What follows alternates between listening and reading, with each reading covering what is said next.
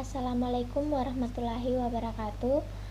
Perkenalkan, nama saya Jumianti, Prodi Ekonomi Syariah, NIM 1824016. Sebelum kita masuk pada materi yang akan saya jelaskan, saya akan menjelaskan mengenai pajak secara garis besar, yaitu pajak adalah pungutan wajib dari rakyat untuk negara. Jenis-jenis pajak. Yang pertama, jenis pajak berdasarkan sifatnya. Pajak digolongkan menjadi dua jenis, yaitu pajak tidak langsung dan pajak langsung. Pajak tidak langsung merupakan pajak yang hanya diberikan kepada wajib pajak bila melakukan peristiwa atau perbuatan tertentu. Sedangkan pajak langsung merupakan pajak yang diberikan secara berkala kepada wajib pajak berlandaskan surat ketetapan pajak yang dibuat kantor pajak. Yang kedua, pajak berdasarkan instansi pungut. Pajak digolongkan menjadi dua jenis, yaitu pajak daerah dan pajak negara. Pajak daerah merupakan pajak yang dipungut pemerintah daerah dan terbatas hanya pada rakyat daerah itu sendiri, baik itu dipungut Pemda tingkat 2 maupun Pemda tingkat 1. Pajak negara merupakan pajak yang dipungut pemerintah pusat melalui instansi terkait, yakni DJP. Yang ketiga, jenis pajak berdasarkan objek pajak atau subjek pajak. Berdasarkan objek dan subjeknya, pajak digolongkan menjadi dua jenis, yaitu pajak objektif dan pajak subjektif. Pajak subjektif di sini contohnya itu seperti pajak impor, pajak kendaraan bermotor, bea materai, dan masih lainnya. Sedangkan pajak subjektif adalah pajak yang pengambilannya berdasarkan subjeknya, contohnya pajak kekayaan dan pajak penghasilan.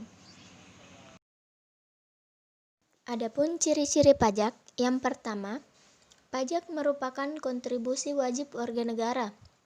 Artinya, setiap orang memiliki kewajiban untuk membayar pajak. Namun, hal tersebut hanya berlaku untuk warga negara yang sudah memenuhi syarat subjektif dan syarat objektif, yaitu warga negara yang memiliki penghasilan melebihi penghasilan tidak kena pajak atau PTKP. Yang kedua, pajak bersifat memaksa untuk setiap warga negara. Jika seseorang sudah memenuhi syarat subjektif dan objektif, maka wajib untuk membayar pajak.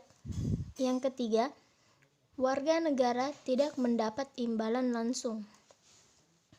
Pajak berbeda dengan retribusi.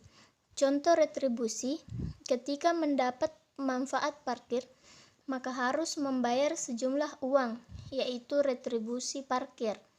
Namun, pajak tidak seperti itu. Pajak merupakan salah satu sarana pemerataan pendapatan warga negara. Yang keempat, berdasarkan undang-undang. Arti pajak diatur dalam undang-undang negara. Ada beberapa undang-undang yang mengatur tentang mekanisme perhitungan, pembayaran, dan pelaporan pajak. Fungsi pajak terbagi atas 4. Yang pertama, fungsi anggaran. Fungsi anggaran merupakan sumber pemasukan keuangan negara dengan cara mengumpulkan dana atau uang dari wajib pajak ke kas negara untuk membiayai pembangunan nasional atau pengeluaran negara lainnya. Yang kedua, fungsi mengatur.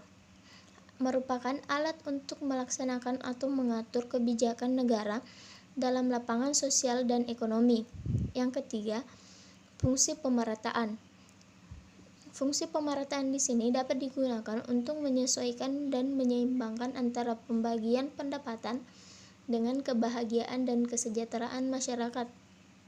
Yang keempat, fungsi stabilisasi. Pajak dapat digunakan untuk menstabilkan kondisi keadaan perekonomian seperti mengatasi inflasi. Pemerintah menetapkan pajak yang tinggi sehingga jumlah uang yang beredar dapat dikurangi. Sedangkan untuk mengatasi kelusuan ekonomi atau deflasi, pemerintah menurunkan pajak sehingga jumlah uang yang beredar dapat ditambah dan deflasi dapat diatasi.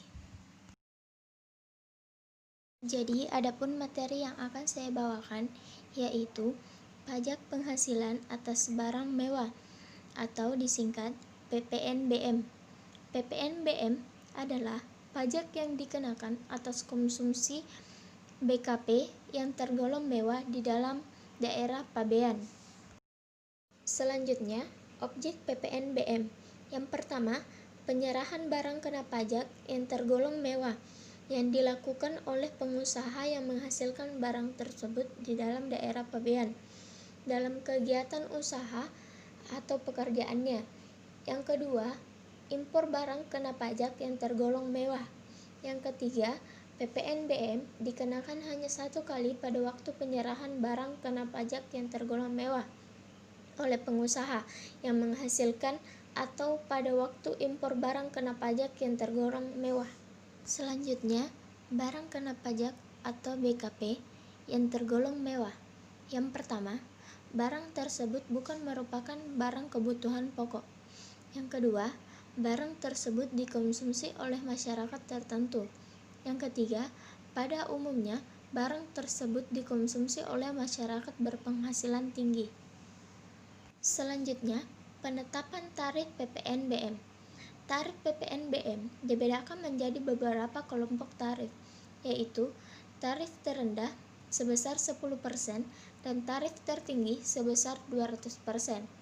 Perbedaan tersebut didasarkan pada pengelompokan BKP yang tergolong mewah atas penyerahannya dikenakan juga PPNBM.